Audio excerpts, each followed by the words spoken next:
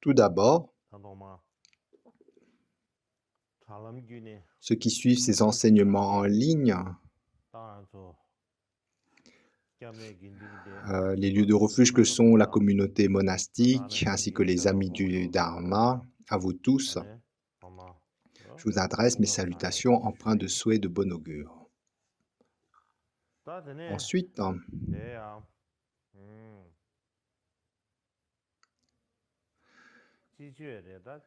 concernant ces 50 stances sur le gourou, le thème de ces dharmas de printemps, aujourd'hui,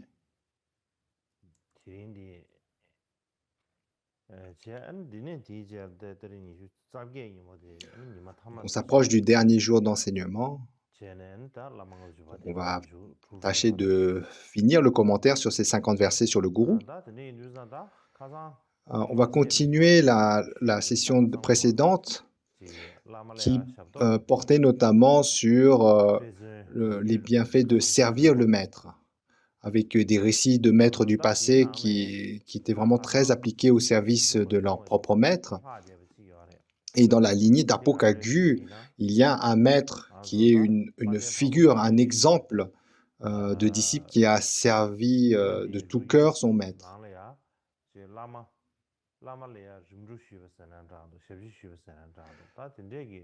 Donc le meilleur exemple dans la lignée d'Apokagu, c'est Barom Dharma Wanchu. Barom Dharma Wanchu était un des 4 disciples de cœur de Gampopa. Et notamment, c'est celui qui, par la suite, donne la lignée Barom Kagu. Et, vous savez, donc, lorsqu'on parle des 4 premières lignées Kagu,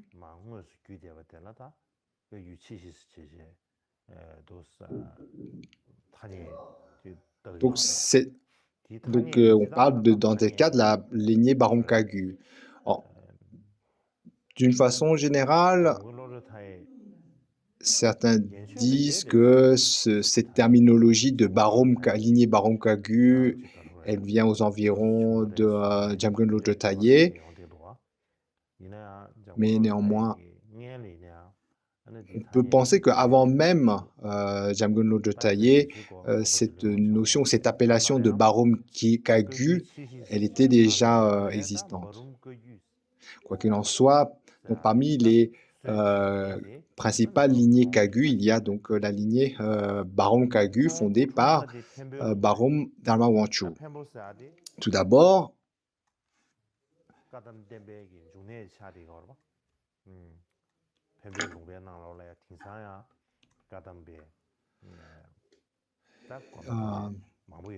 il est né à Pempo et très petit déjà, il avait une grande dévotion pour Gampopa.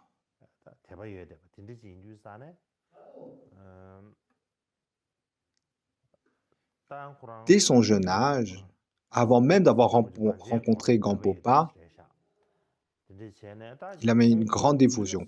Notamment à l'âge de 7 ans, un jour, il rencontre une femme élégante, d'une grande prestance, portant des ornements d'Akini, ainsi que 2 bébés chèvres, et avec un entourage d'environ 13 individus. Et lorsque le jeune Bamro, Dharma Wanchu, rencontre cette jeune femme singulière, il lui demande de quel lama es-tu le disciple? Es-tu la disciple? Et la femme répond,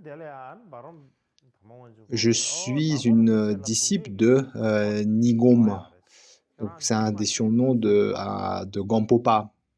Et là, le jeune enfant répond, tu mens. Le maître Gampopa n'a pas de femme dans son entourage.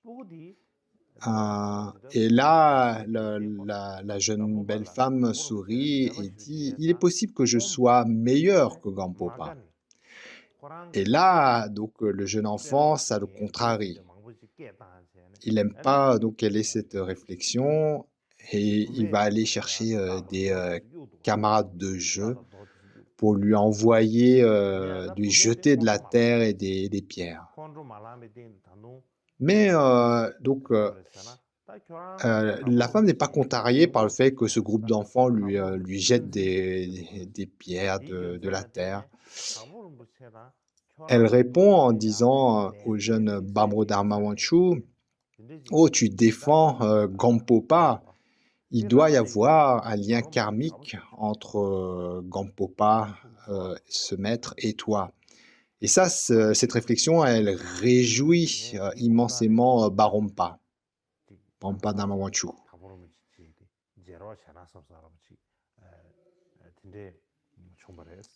Et non seulement cela, mais par la suite, un jour, il a un rêve spécial où une lumière blanche vient, venant de l'Est et vient se fondre dans son cœur et il vit ce rêve comme étant un signe, une connexion de bon augure.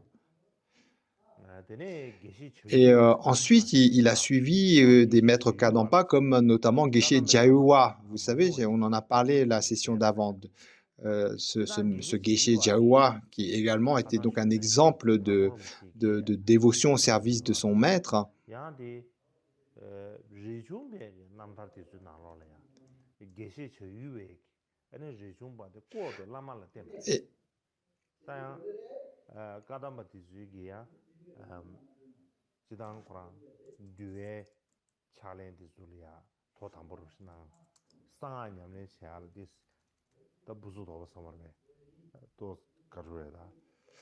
Et en fait, donc, ce jeune Bambro, il rencontre différents maîtres Kadampa et seulement à l'âge de 21 ans, il rencontre, Gampopa. Et ça se passe notamment un jour de Gana Chakra. Il rencontre. Mais donc, avant même de rencontrer Gampopa, il avait déjà suivi des maîtres comme notamment le grand Geshe Gyalwa. Et à l'âge de 21 ans,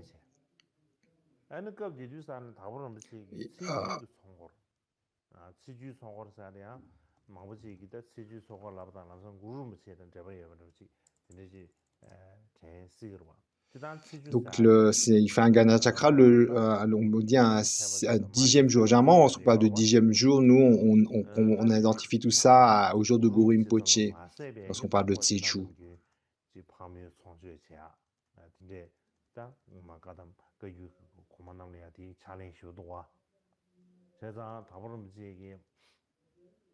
Mais là, ici, donc, on parle donc d'une pratique particulière de Gana Chakra lors de du 10e jour du mois lunaire.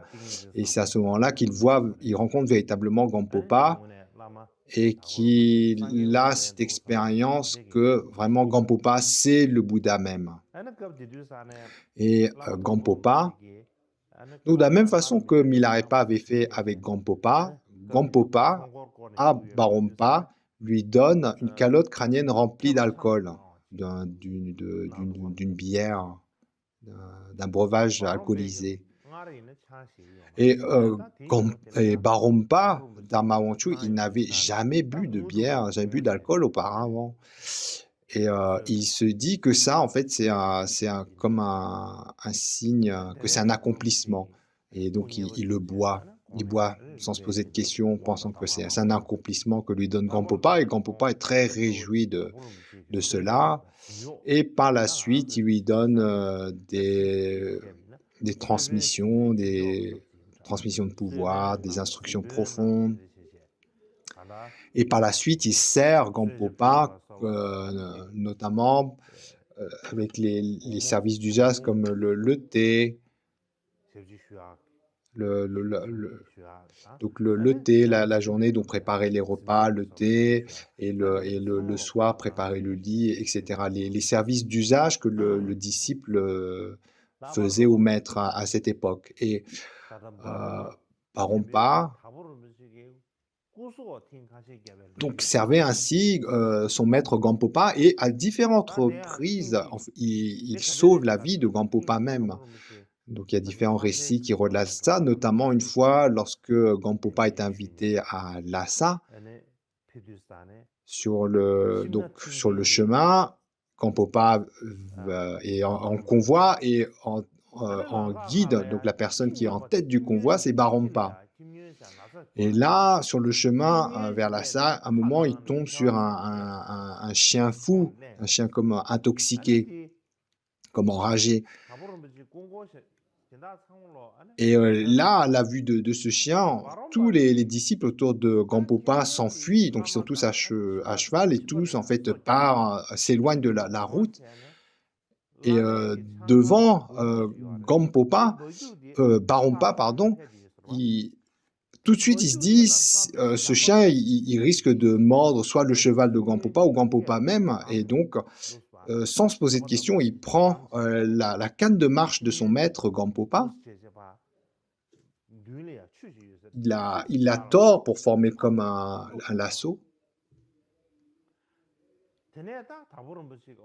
Et hop, il accroche comme ça, il attrape le chien comme ça, et puis il le jette au bord d'une rivière devant eux, qui est donc sur le chemin devant eux.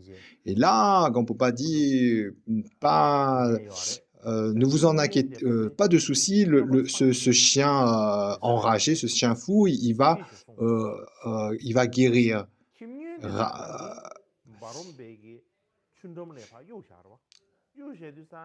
Alors, donc le chien, en fait, une fois qu'il est tombé dans l'eau, ça lui fait vomir. Le chien a pris la tasse d'une certaine façon, il vomit énormément au bord de l'eau. Oui.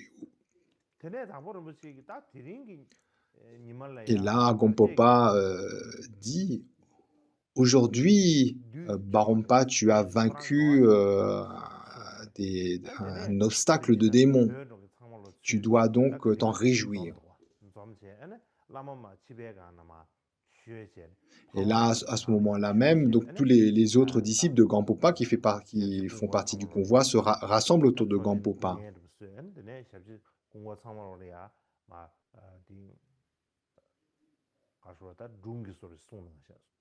Et là, Gampopa s'assoit sur un rocher, et il leur raconte comment, dans le passé, lorsque le Bouddha même a été attaqué par un éléphant fou qui a été envoyé par Devadatta. Devadatta avait l'intention de tuer le Bouddha, et il lance vers le Bouddha un éléphant fou, et à ce moment-là, tous les moines autour du Bouddha, à l'exception d'Ananda, s'enfuient.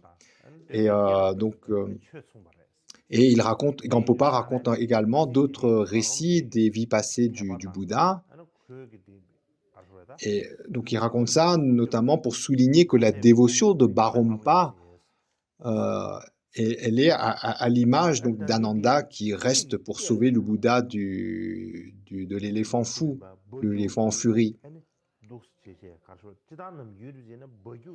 Alors là, comme on a dit, le Bamro, pour attraper le chien, il a pris la canne de marche de Gampopa, et en fait un lasso pour l'attraper.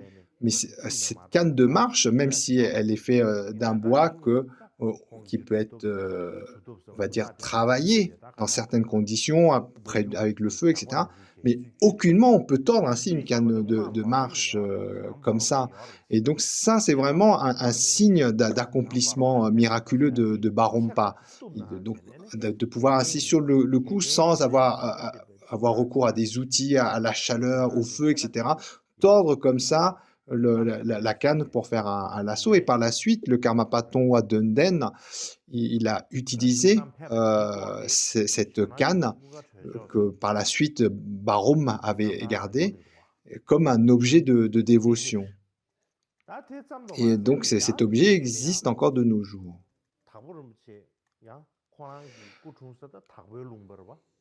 Alors, à une autre occasion, vous savez, Gampopa, il était né dans la région de Darpo, d'où, et donc dans sa terre natale, lors d'une cérémonie, de consécration, plein de gens s'étaient rassemblés, et donc, avec la dévotion que les gens pouvaient avoir dans le pays natal même de Gampopa. Donc il y avait des gens, venus de toute la région de Dakpo qui s'étaient rassemblés pour ces cérémonies de consécration, et il y avait plein de gens. C'était un peu, chaotique pour, donc en plus, c'était des grandes cérémonies de consécration avec des tormas. Donc les gens étaient venus avec, des fleurs, des tormas et cetera, et également de la poudre colorée pour constituer le mandala, le sable coloré. Et là, à un moment donc au cours de ces cérémonies de consécration, Gampopa voyant, ainsi cette foule chaotique, leur dit de ne pas se comporter ainsi, d'un peu se poser, mais il a à peine le temps de dire ça que, d'un coup vient un mouvement de foule, et là surgit, Barompa qui attrape Gampopa et par derrière, et s'enfuit hors de la foule. Et là, Gampopa dit: «Oh, cette cérémonie de consécration, elle est devenue extrêmement dangereuse». Donc tous ces gens qui ne savent pas se conduire, ce mouvement de foule m'aurait probablement tué si, tu n'étais pas intervenu. Et là, Gampopa dit ça en étant extrêmement, réjoui de l'action de son disciple. Et par la suite, donc suite à cette cohue, plus tard, donc il y a certains de ses amis dit: «Oh, nous, pendant ces rituels, on a pu avoir que de la poudre, du sable coloré du mandala. Et toi, Barompa, as-tu obtenu de cela?» Et là, Barompa répond: «Moi, j'ai obtenu le Dharmakaya». Et là, ses amis, de pratique répondent: «Mais ça, c'est vrai, tu as obtenu le Dharmakaya, il y a aucun doute. Si tu n'étais pas là, notre maître Gampopa ne serait plus encore en vie, ne serait plus encore de ce monde», et tout le monde a éprouvé de la joie et de la dévotion. Et il y a différents récits, comme ça, qui relatent comment, justement, Barompa a sauvé la vie de son maître Gampopa. Ensuite, avant que Gampopa quitte ce monde,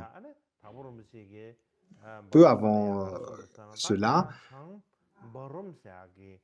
il ordonne à son disciple Barompa d'aller dans les, montagnes, dans une région du nord qui s'appelle Barom, dans une chaîne de montagnes où il y a le mont Kailash. Il lui demande, d'y aller méditer. Il lui donne notamment une belle masse d'or, et il dit: «Cet or, je ne le donnerai pas à autre, je te le donne parce que nous avons un lien de père à fils depuis très longtemps». Et il dit: «Sans crainte pour ta propre vie, tu m'as servi encore et encore, tu n'as jamais été à l'encontre de mes instructions depuis le début. Utilise donc cet or pour, pouvoir survivre dans ta retraite dans cette région du nord de Barom. Et puis, une fois que tu auras utilisé cet or, des gens viendront pour, t'aider à te nourrir». Et là, Barompa se dit: «Heu, mon maître qui est comme le précieux Bouddha, il est venu sur terre, je l'ai servi depuis tellement d'années, et donc j'en suis touché à mon cœur, il a été si bienveillant avec moi, heu et puis j'ai même fait le rêve que, mon maître Gampopa, quittait ce monde pour aller partir en Sukhavati, en Déwatchen». Et donc il se dit, «Mon maître, Gampopa doit être, sur le point de mourir. Heu, là, il est déjà à un âge bien avancé et ces temps-ci, il enseigne beaucoup, beaucoup plus que d'habitude. Heu, moi-même, j'ai retiré des obstacles à sa vie de différentes fois sans regard pour ma propre, sécurité, ma propre vie.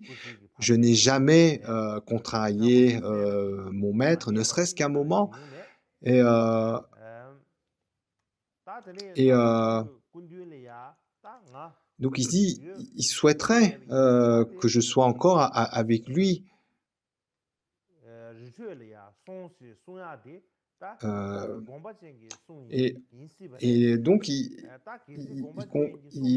s'interroge sur le fait que Grand-papa lui demande de partir dans la région du Nord pour partir en retraite et là, il dit et puis il se dit: «Mais si je pars et que, mon maître Grand-papa, quitte ce monde, donc d'une seule non seulement les gens, me critiqueront en disant que ce disciple qui a passé tellement de temps auprès de son maître, il n'est pas là au moment de sa mort et puis moi-même je nourrirai des regrets de n'avoir pas pu être là au moment de sa mort» et là donc il le dit, enfin il dit, à il se prosterne devant, grand-papa et donc en disant que je ne peux pas, voilà, que je vous ai servi tant de temps et donc on a un tel lien que je ne supporterai pas, heu, de partir, alors que vous êtes sur le avant que vous décédiez. Je n'irai, nulle part. Il se prosterne et et et Barompa, en se rappelant de tout ça, pour justifier qu'il ne veut pas partir, il se rappelle de la bienveillance de son maître, de toutes les bénédictions qu'il a reçues et il fond en larmes, devant Grand-Popa et il fond en larmes, il refuse de partir, il rend l'or à Grand-Popa et puis, Grand-Popa dit: «Je t'ai déjà donné, cet or sans attachement, donc ce n'est plus à moi et en retour, tu me fais une offrande, d'or». Donc c'est une, connexion de bon augure qui figure que par la suite, toi-même, tu recevras de l'or en offrande.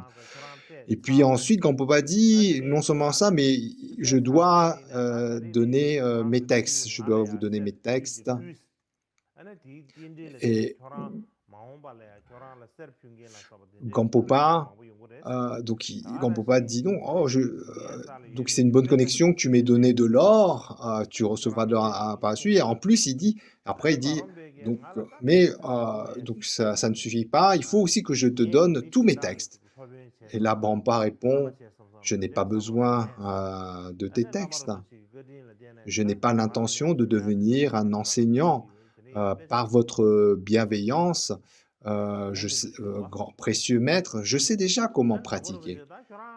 Et là, Gampopa lui dit: «Le fait que tu n'aies pas la motivation de devenir un enseignant, que tu n'aies pas besoin de tous mes textes, c'est en fait le signe même que tu as besoin de tous mes textes. C'est le signe même que tu es apte à être un enseignant parfait» et il lui donne Gampopa donne à Barompa tous la transmission des textes, qu'il a en lui disant qu'il n'a pas besoin de lui donner les instructions ou les commentaires de ses textes puisqu'il il les lui a déjà donnés. Et puis il lui donne également différentes, richesses, des richesses dans le sens des choses qui vont lui permettre, oui, des ouais, des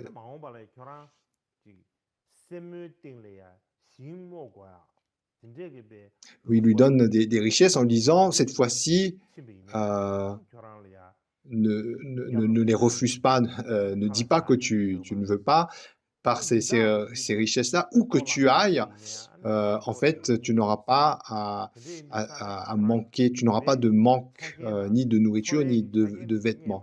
Même si tu te retrouves à devoir mendier dans le monde des esprits affamés, eh bien, tu trouveras, ce qu'il faudra pour, poursuivre tes pratiques».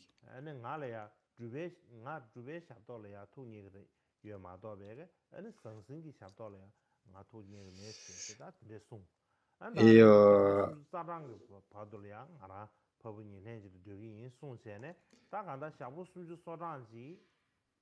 Et donc, Barompa, il dit qu'il enfin, il dit qu'il n'a pas besoin d'offrande matérielle et qu'il est ravi de fait de pouvoir offrir à son maître voilà, faire l'offrande de ses pratiques, donc qui n'a pas donc il accepte ses offrandes en disant qu'il est content de lui offrir sa pratique et donc qu'il n'a pas besoin de faire d'offrande de matériel. Et puis les deux restent encore une trentaine de jours et au bout de la trentaine de jours, Gampopa quitte le monde et Barompa demeure un moment, le temps que les cérémonies d'usage, notamment la construction du stupa des reliques, ait été fait. Donc une fois que toutes ces cérémonies d'usage suite au départ d'un maître ont été accomplies, à l'âge de 28 ans, Barompa part donc dans cette région du nord appelée Barom, comme conformément aux instructions de son maître. Donc, mais il y va après le décès de son maître. Et il y va en veillant à se rendre invisible pour pas se retrouver avec beaucoup de gens qui viennent l'aider, pour pas être dérangé. Il cherche vraiment à pouvoir méditer suivant les instructions de son maître. Il va discrètement dans cette région et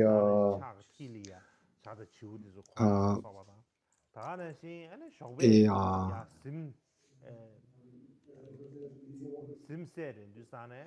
et puis là, donc il a des expériences extraordinaires et notamment il déborde de compassion, si bien que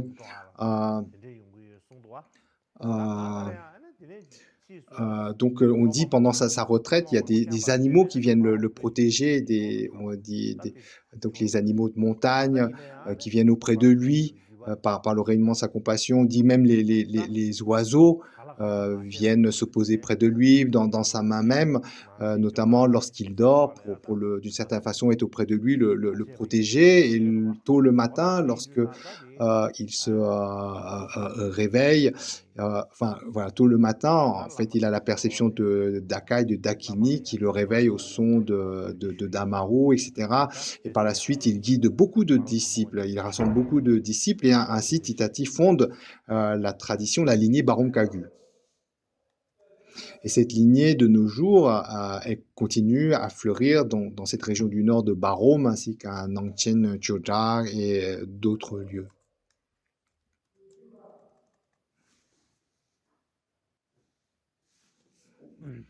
Alors, on va continuer les commentaires sur les 50 versets sur le gourou. Alors, pour revenir au plan, donc sur la partie où on développe la pratique du respect au maître, il y a 8 points pour rappel. Le premier, l'offrande, le deuxième, voir le maître comme Bouddha, etc. Et aujourd'hui, on est au 8e point. Le 8e point, donc, qui parle de ne pas agir comme bon nous semble, qui a 4 sous-points. Le premier portant sur le fait de demander la permission lorsqu'on a accompli le bien des autres. Ensuite, la deuxième le porte sur les offrandes qu'on obtient de ces activités. La troisième, le fait de ne pas accepter le respect que montrent les autres dans la présence du maître. Et la quatrième, être extrêmement respectueux par sa conduite physique, au travers de sa conduite physique. Alors tout d'abord, verset 40. Lorsque le maître est en ville, n'accomplissez pas de mandala, de puja de feu ou des consécrations et ne rassemblez pas d'étudiants, n'enseignez pas sans permission. Donc ça, c'est le verset 40. Alors, pour commenter au travers du commentaire en sanskrit,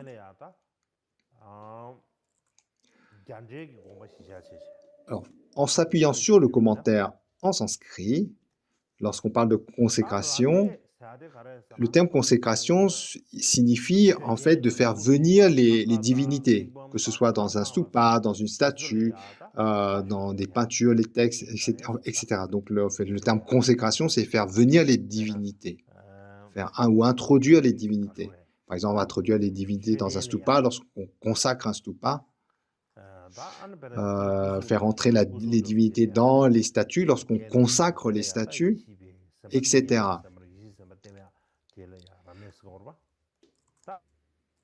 Ensuite, le terme mandala désigne les mandalas que l'on dessine.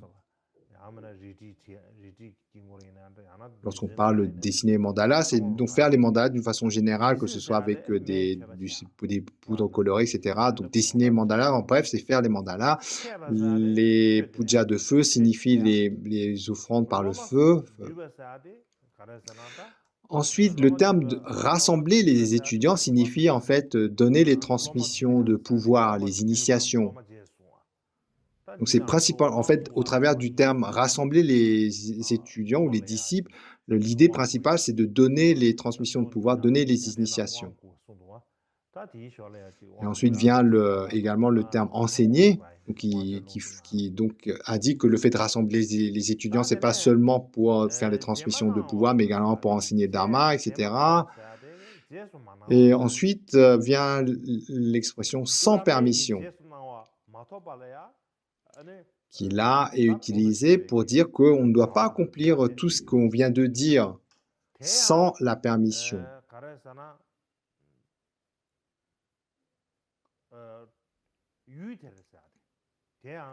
Sans la permission du maître. Et notamment, dans le verset, on parle en ville. Il y a lorsque le maître est en ville, le verset commence ainsi. Ici, le terme ville, enfin, qu'on a traduit par ville ou village, on désigne l'endroit où demeure le maître.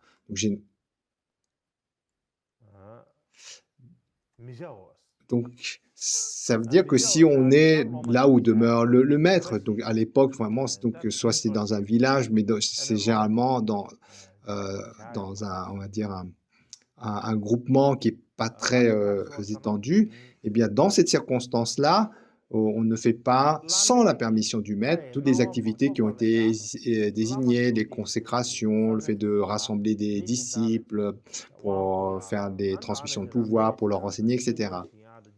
Donc, toutes ces activités qu'on a évoquées, le fait de dessiner des mandalas, etc., enfin de construire, etc. Donc, on ne fait pas ces activités lorsqu'on est au voisinage du maître sans la permission du maître. Donc, la stance est claire, le verset est clair. Si le maître donne l'autorisation, donc on peut accomplir toutes ces activités, mais on n'accomplit pas ces activités sans l'autorisation de son maître lorsque on se trouve dans le voisinage du maître. Donc si ce n'est pas le cas, alors ensuite vient si ce n'est pas le cas, on peut le faire. Ensuite vient le commentaire de Tsongkhapa, qui est facile à comprendre. Donc ici, on parle de les consécrations, comme tout à l'heure, les mandalas. Ensuite, on parle il y a l'expression « ouvrir les yeux » et rassembler les disciples et leur enseigner le dharma. Donc, si on a ces activités à faire alors que le maître est au voisinage, il faut demander la permission. Donc, si le maître donne la permission, on peut le faire. S'il ne donne pas la permission, ce n'est pas convenable de le faire. Alors, le sens ici, c'est que lorsqu'on parle, l'expression dit en ville, mais donc on ne parle pas d'un grand endroit, on ne parle pas dans le pays où demeure le maître, par exemple. Et notamment à l'époque de ces textes. Si par exemple le maître demeure dans un village, alors eh bien dans ce village même, on ne va pas sans l'autorisation du maître assembler des disciples, faire des consécrations, etc. Tout ce qu'on vient d'évoquer dans le verset. Mais si par exemple, si le maître donc demeure dans ses limites, dans ce village, donc le disciple ne va pas accomplir ces activités de consécration, de réaliser les mandalas, de rassembler des disciples, etc. S'il doit le faire, il doit d'abord demander la permission à son maître. En fait, on peut comprendre. C'est parce que si on a ce genre d'activité dans le voisinage du maître, il y a le danger que le disciple développe de l'orgueil. Ah, je suis un bon maître, je rassemble moi aussi des disciples, etc. Donc, c'est des choses qui peuvent se produire. Et pour éviter ce risque, donc le verset dit que il faut avoir dans la présence, dans le voisinage du maître, et il faut donc demander la permission. Mais si on est dans la situation où le maître n'est pas dans le même endroit que nous, n'est pas dans le même village, là, il n'y a pas besoin de demander l'autorisation. Ensuite, on va continuer. Verset 41, offrir, donc la deuxième point qui est offrir ce qu'on a obtenu au travers de ces activités. Verset 21 dit, quelles que soient les choses que l'on obtient au travers de ces activités de consécration, etc., il faut tout les donner au maître. Si le maître s'est servi, alors tout ce qui reste de ces gains peuvent être utilisés à notre guise.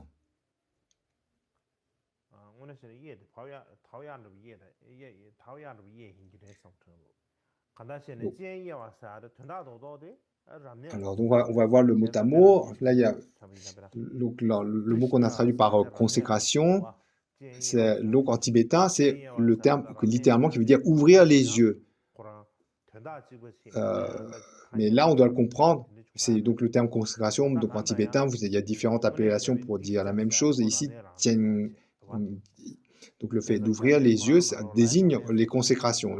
C'est très clair lorsqu'on compare avec le terme en sanskrit. Et donc, etc.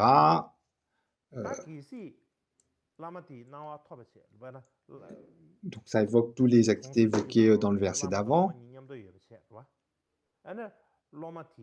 Donc si par exemple le disciple est autorisé à accomplir ces différentes activités de consécration, de rassembler des disciples, etc. Donc suite à cela, il va naturellement recevoir des offrandes. Et toutes ces offrandes-là,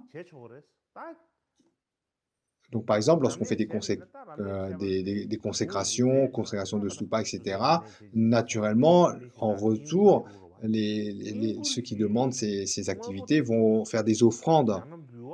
Et donc, ces offrandes, qu'est-ce qu'on en fait? Là est la question. Donc, même dans la circonstance où le disciple reçoit l'autorisation du maître ou qu'il est dans un endroit où le maître n'est pas là et qu'il doit accomplir ses activités, soit de consécration, de rassembler des disciples, etc. Donc, une fois qu'il a reçu des offrandes de ces activités, qu'est-ce qu'il doit en faire? C'est le sujet de ce verset 41.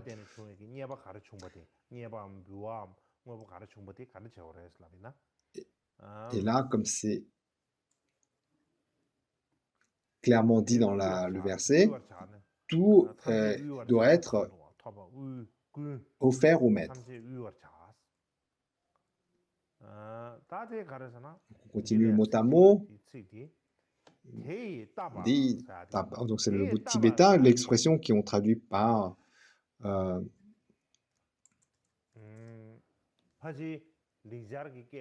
si on compare l'expression tibétaine à celle du sanskrit,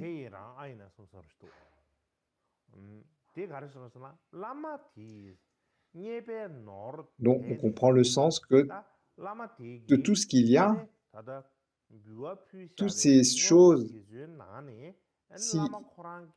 quelles que soient ces choses, donc si ces choses réjouissent le maître, il convient de les offrir au maître.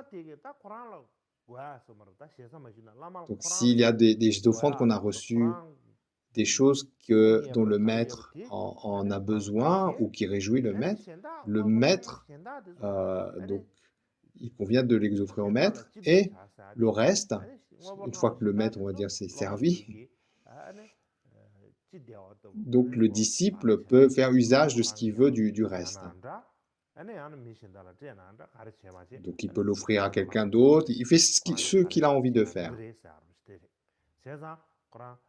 Donc, en bref, lorsque le disciple reçoit ainsi des offrandes de ses activités, eh bien, il s'en sert pour faire offrande à son maître. Et une fois que ces offrandes, le maître va prendre ce qui va lui réjouir ou ce qui va lui convenir, et le reste, eh bien, le disciple peut l'utiliser comme bon lui semble. On peut s'en servir pour usage personnel, comme il peut faire en offrande à quelqu'un d'autre, etc. Et si on suit le commentaire de Tsongkhapa, alors ouvrir les yeux, donc cette expression qu'on a vue, donc le commentaire de Tsongkhapa confirme que ça signifie consécration. Et donc d'après le commentaire, il dit quelles que soient les offrandes que l'on reçoit, soit les consécrations, le fait de donner des transmissions de pouvoir, des initiations, etc. Et notamment, Tsongkhapa cite Chak Lotsawa quand il dit donc ça c'est une citation qui va vraiment dans le sens du commentaire en sanskrit. Donc là vraiment ça colle lorsqu'ils ont pris ce qu'ils ont besoin. Donc la citation sous-entend lorsque le ou les maîtres ont pris ce dont ils ont besoin des offrandes présentées par le disciple peut utiliser le reste comme bon lui semble. On continue. C'est le troisième point, qui est le fait de ne pas accepter tout ce qui est expression de respect dans la présence du maître. Alors, le verset se dit les disciples du maître ne sont pas nos disciples, et dans la présence du maître même, nos disciples ne le sont pas. Empêchez-les de vous présenter des offrandes ou tout geste de respect à votre égard, comme le fait de faire des prosternations, etc. Alors, on regarde le mot à mot en suivant le commentaire en sanskrit. Donc, la première dit que les disciples du maître, on ne doit pas on doit pas avoir l'idée ou la tentative d'en faire nos disciples.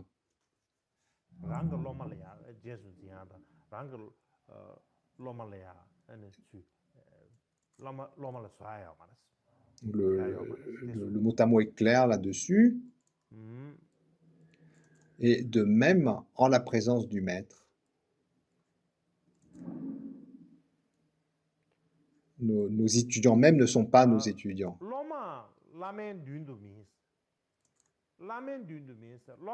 Donc ici, le deuxième terme disciple, parce que ça sous-entend nos propres disciples, parce que c'est pas explicitement dit. Donc dans la présence du maître, on ne doit pas avoir de disciples. Et si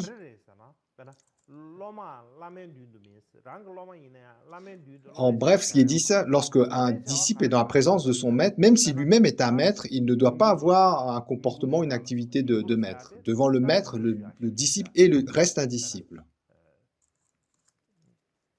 Et par conséquent, même s'il est un maître et que des disciples veulent lui faire des offrandes, lui montrer du respect, comme le fait de se prosterner, eh bien ça, dans la présence du maître, ce n'est pas, le disciple ne doit pas l'accepter. Alors mot à mot,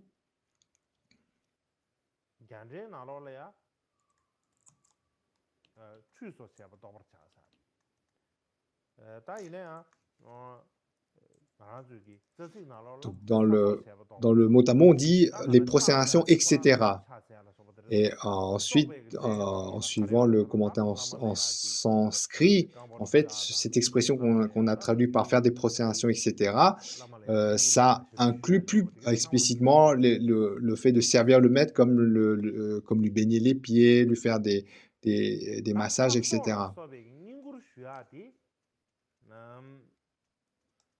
Donc, donc le texte est clair. Lorsque le disciple est dans la présence du maître, il ne laisse pas paraître quoi que ce soit comme quoi lui-même est un maître.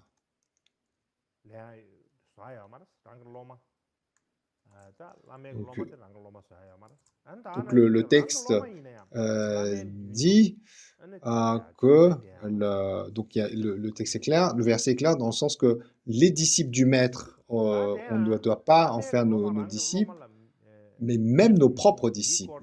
Donc on ne doit pas les considérer comme étant nos disciples dans la présence du maître. Ça, le commentaire en sanskrit clarifie ça.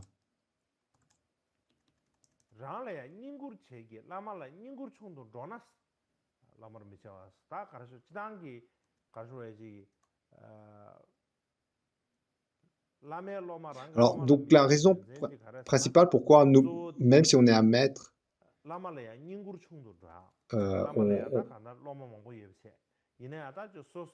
ne doit pas rassembler de disciples dans la présence.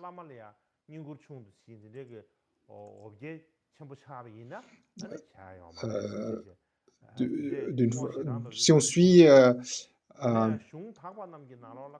notamment donc l'instruction que cite Tsongkhapa dans l'instruction de Tsongkhapa, ça va dans le sens du commentaire en sanskrit, et ça précise en plus que concernant la partie de ne pas considérer les disciples ou traiter les disciples du maître comme étant ses propres disciples, Ngokshedang Doji, il explique que certains maîtres disent que il ne faut pas faire ça parce que ça va réduire le respect vis-à-vis du maître. Vous savez, si les disciples du maître, on les s'approprie, on les considère un peu comme nos disciples, donc si ces disciples nous montrent du respect, il y a le risque qu'ils vont être moins disponibles à montrer du respect pour notre propre maître. Donc c'est pour ça qu'il ne faut pas traiter les disciples de notre maître comme étant nos disciples, A ou D. Mais dans d'autres, donc ça c'est l'explication que donne Ngokshedang Doji, mais dans d'autres textes, ce qui est écrit, ce qui est dit, c'est que dans l'interprétation dans le verset, il y a le terme même, donc même et donc le terme même ici signifie que donc c'est-à-dire qu'en tous les cas, dans la présence du maître, on ne doit pas considérer les disciples du maître comme étant, quel qu'il soit, comme étant un de nos disciples. Et même, donc le terme même, ça veut dire non seulement les disciples de notre maître, mais même nos propres disciples. On ne les considère pas comme étant, on se considère pas comme étant leur maître dans la présence du maître. Et donc, si jamais ces disciples, dans la présence du maître, veulent montrer du respect, soit par des prostrations ou des offrandes, on doit en fait leur dire de ne pas faire ça. Et il y a une histoire à ce sujet. Alors, quelle est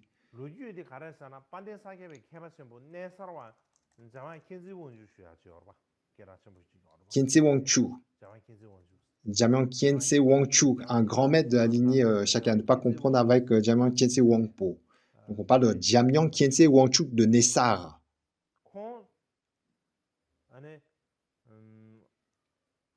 Et donc ce Jamyang Khyentse Wangchu, il souhaite un moment recevoir des instructions de Tsartien Losel Gyaltso.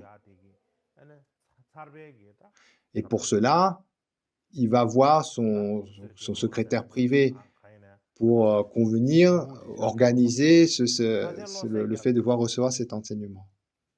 Mais Tsartien,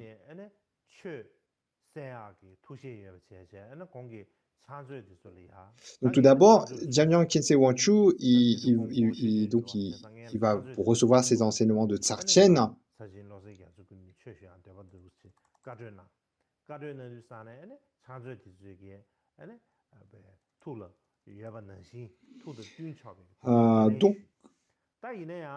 Donc dans la Tsartien, dans la façon de faire, avant même de demander donc, auprès de son secrétaire privé de demander un enseignement, dans la tradition de Sarchen, il dit en fait qu'il convient de faire une divination. Et donc, Jamyang Khyentse Wangchu de Nessar, il va voir son maître Gurumpa, et il lui demande donc de faire cette divination. Et là, son maître Gurumpa lui dit, oui, si tu demandes des enseignements à Sarchen, c'est une bonne chose, d'après sa divination.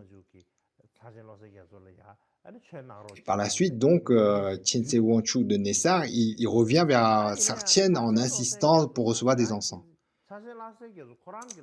Alors, en fait, ce qui embête Sarchen, c'est que le maître, son maître, c'est également Gurumpa. En fait, Gurumpa, il est maître aussi bien de Khyentse Wangchu que de Sarchen.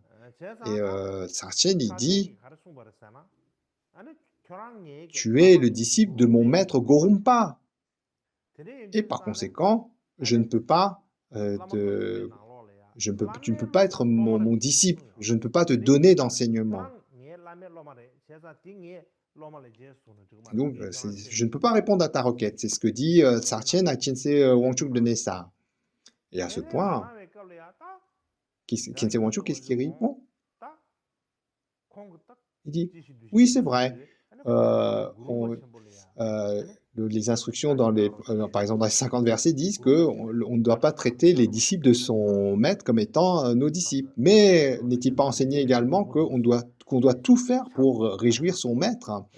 Et puis, comme moi, donc, j'ai reçu cette autorisation de Gurumpa, puisque c'est Gurumpa lui-même qui m'a dit que c'était une bonne chose de rechercher les enseignements auprès de vous, Sarchen.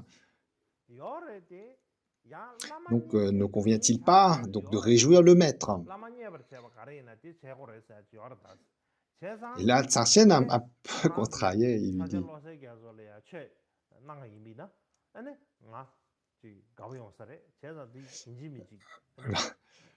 donc, Gompa, il a dit que ça serait une excellente chose que je reçois des instructions de toi, Sarchen.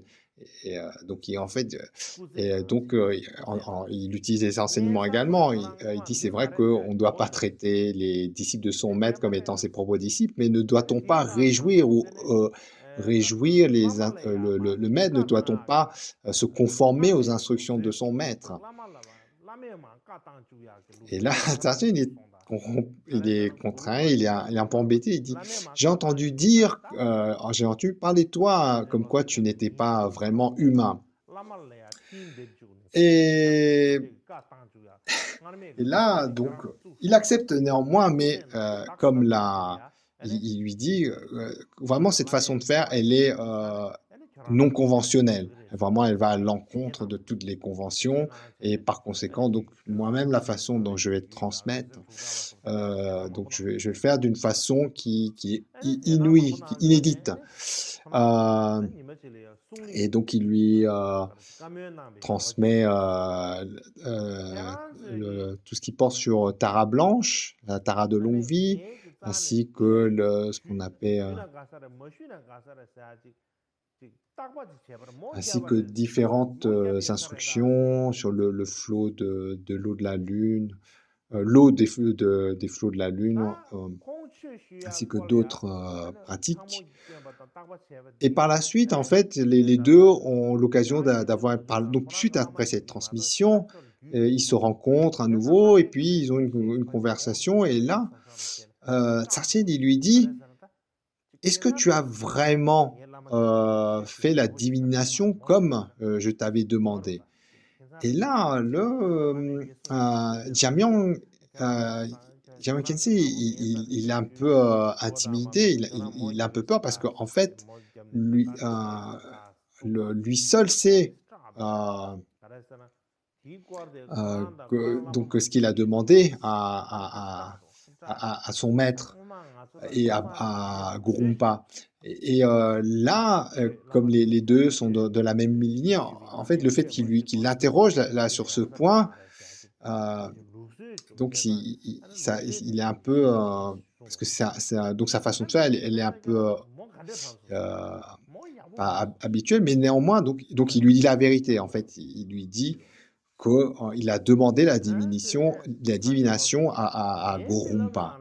Et là, Tsartien, il sourit et il dit c'est excellent, c'est très bien. Et il lui raconte en fait qu'il avait eu un rêve. Et il avait eu un rêve où quelqu'un lui apparaissant comme étant son bon vieux père lui demandait est-ce que ce Jamian Khyentse de Nessar vient demander ses enseignements auprès de toi suite à une divination? Est-ce qu'on doit lui autoriser ou pas? Donc ça, c'est dans le rêve. Et Sartien, il répond dans le rêve, si c'est bénéfique aux enseignements, faisons-le. Si ça ne l'est pas, ne le faisons pas.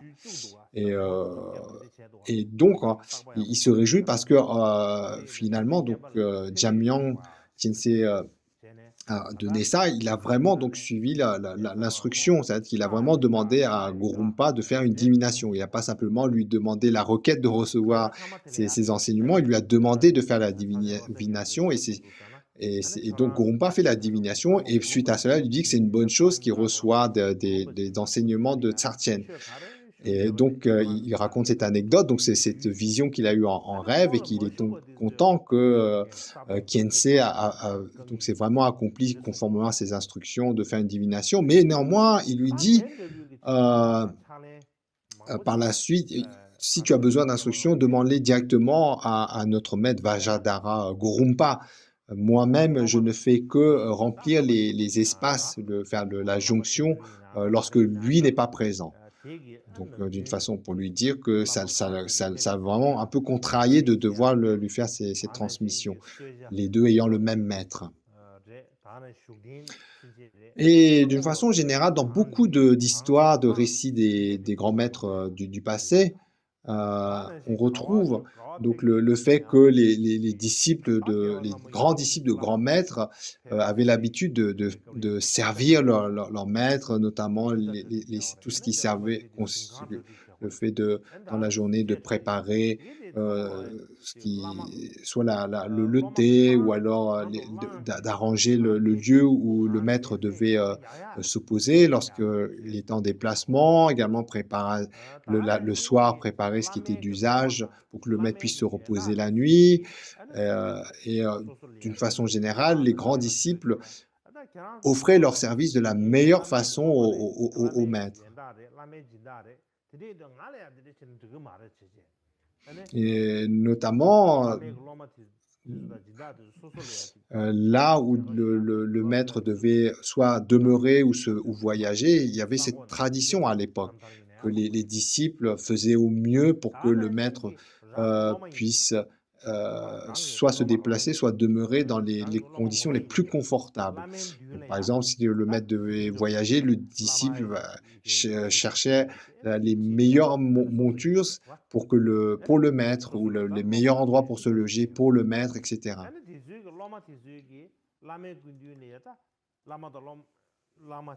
Et également, lorsque donc les grands disciples étaient souvent également donc des grands maîtres, mais et lorsqu'ils étaient dans la présence de leur propre maître, les grands disciples, ils pouvaient recevoir leurs propres disciples ou des bienfaiteurs. Et dans ces circonstances, c'était vraiment d'usage dans la présence du maître que le disciple, même si le disciple lui-même était un maître, donc de refuser que ses propres disciples se comportent dans la présence du maître en faisant des prosternations ou en faisant des offrandes, etc.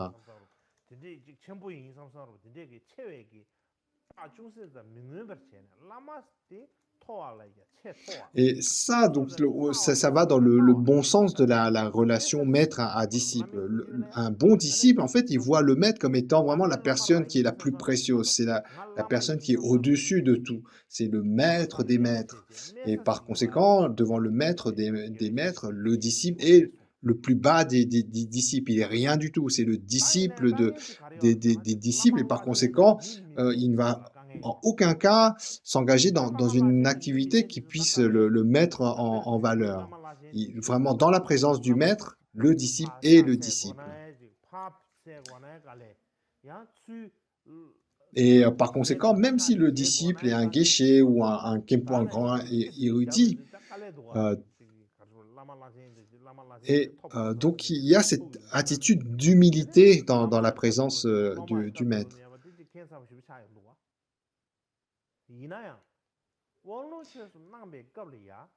Alors,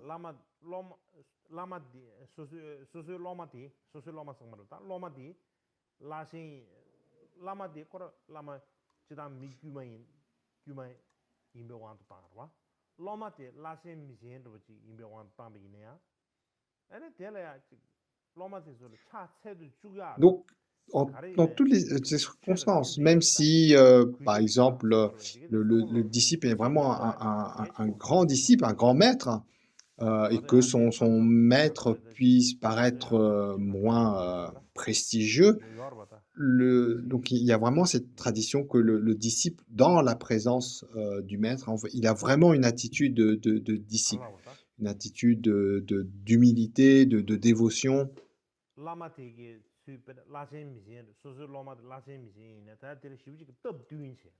Et ça, on va dire, ce comportement, c'est vraiment ce qui amène, ce qui permet en fait de mettre en valeur la grandeur du Dharma.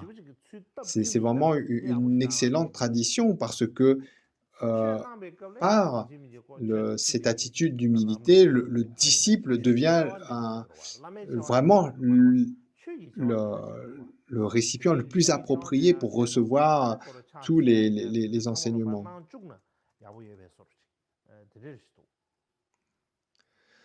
Et par exemple, pour illustrer ça, Changyal Rinpoche Dorje, donc un grand lama,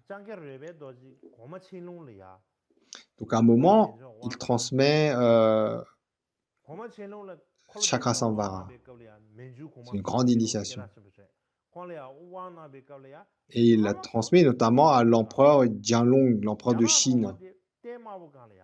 Et lors de la transmission, le maître, donc Changyal Rinpoche Dorje, il était assis dans un trône très élevé, alors que l'empereur lui-même, il était assis au plus bas, il était agenouillé pour recevoir cette transmission. Donc, si l'empereur même devait se tenir comme ça pour recevoir la transmission, on n'imagine pas comment devait se tenir tout le reste de l'entourage.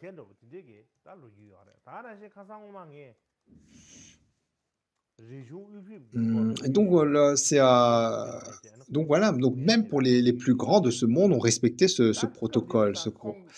Et également, donc pour revenir à Rinpoche, la session d'avant, on avait parlé de cette histoire de romance de Rinpoche. Et donc, on n'était pas entré dans le détail du moment où Rinpoche donc quitte Milarepa pour aller dans le Tibet central. Mais ensuite, l'histoire, lorsqu'on développe, il s'est rendu à vraiment différents lieux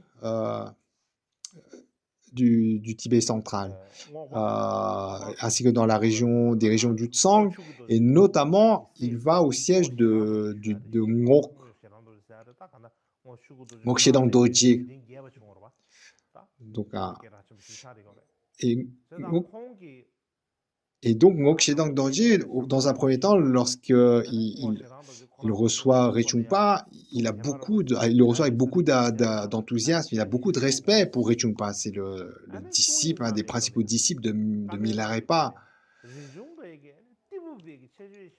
Donc, au cours de son périple, donc, Rinpoche, il est reçu par Ngokshedang Dorje, et à ce moment-là, lorsqu'il le reçoit, donc Shedang Dorje, il le reçoit vraiment avec beaucoup d'admiration, il a l'intention de lui demander des enseignements et tout, il le reçoit vraiment comme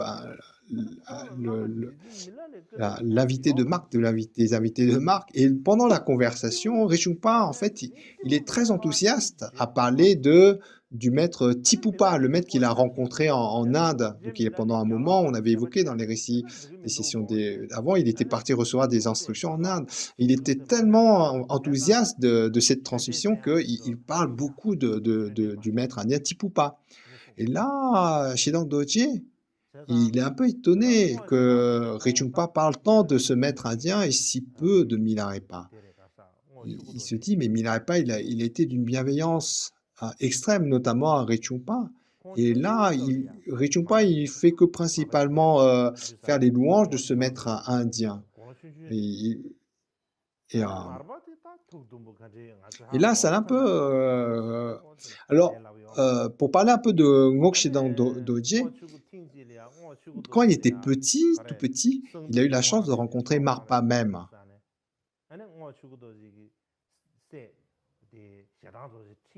En fait, lorsqu'il était petit, son père était disciple de Marpa.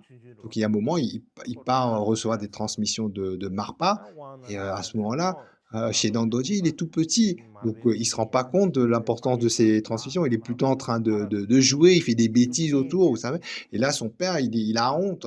Et en plus, Marpa, il a la réputation d'être vraiment un maître très colérique, qui pardonne rien.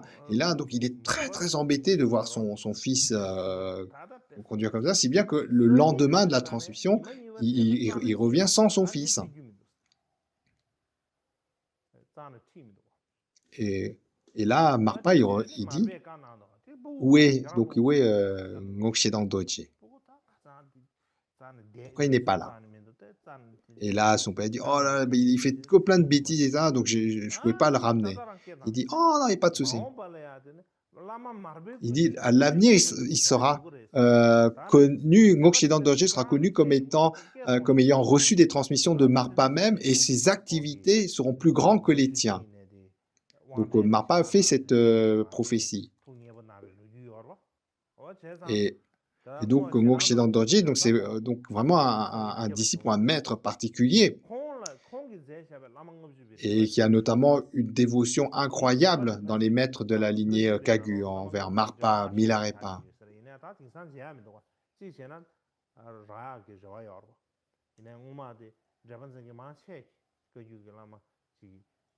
Et notamment, chez Dandoji, il a écrit un des tout premiers commentaires dans la lignée Kagyu sur les 50 versets sur le maître. Et à l'époque, c'était le commentaire qui était le plus communément utilisé. Et ensuite, on ne peut pas dire que Richungpa, qui sommes-nous pour dire que Richungpa a peu de dévotion vis-à-vis de Milarepa? C'est un de ses principaux disciples. Mais disons que dans la circonstance où il a rencontré Ngokshedang Dorje, il venait de revenir, il n'y avait pas très longtemps, il avait fait... Enfin, peut-être que à ce moment-là, il avait envie de partager cet enthousiasme d'avoir rencontré Tipupa et reçu toutes ces transmissions de ce grand maître indien. Voilà, donc mais le problème, c'est que l'impression qu'il a donnée, l'impression qu'il a donnée à Shedang Dorje, c'est que le maître à qui Richungpa doit le plus, c'est Milarepa. Et là, il n'arrête pas de me raconter des louanges sur ce maître indien Tipupa et presque rien sur Milarepa. Et il est tellement, en fait, ça l'a tellement détourné que par la suite, il va même pas demander des instructions auprès de Richungpa. Donc voilà pour l'anecdote. On passe à la quatrième sous-partie, qui est le fait donc de montrer physiquement le respect.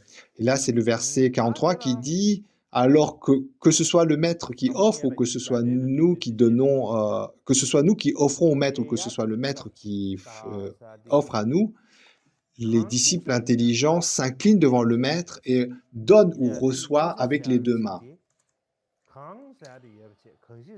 Alors, dans le premier terme dans le tableau, ça veut dire, c'est un terme comme un indéfini, quoi que ce soit. en tibétain. Ici, ça doit être compris comme étant un objet d'offrande, ici, quel qu'il soit. Donc, le premier terme, ça veut dire un objet d'offrande, désigne, sous-entend un objet d'offrande ou désigne un objet d'offrande, quel qu'il soit.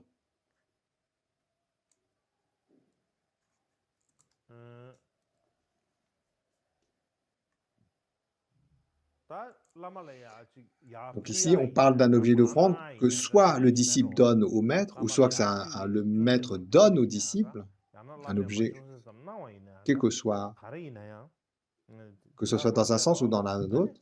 Il convient d'avoir une attitude de respect en s'inclinant et en prenant ou en donnant avec les deux mains.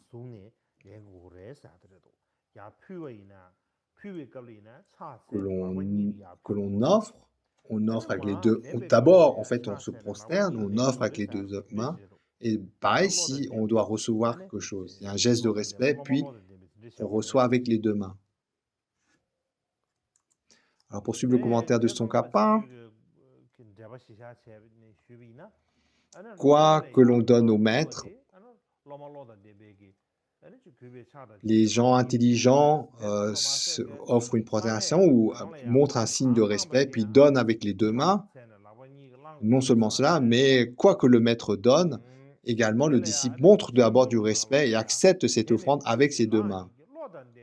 Et Tsongkhapa cite un commentaire de Chaklosawa où il est dit « Les disciples intelligents s'inclinent et puis donnent ou reçoivent avec les deux mains ». Alors, donc ça va dans le même sens que le verset. On le cite parce que cette citation est plus facile à comprendre. La tournure est plus simple à comprendre. Et puis vient donc également une de Samputa, une citation qui est également plus claire dans sa tournure, mais qui dit la même chose. Quoi que l'on donne ou que l'on reçoit, enfin ça veut dire la même chose. Et on va s'en rester là pour aujourd'hui.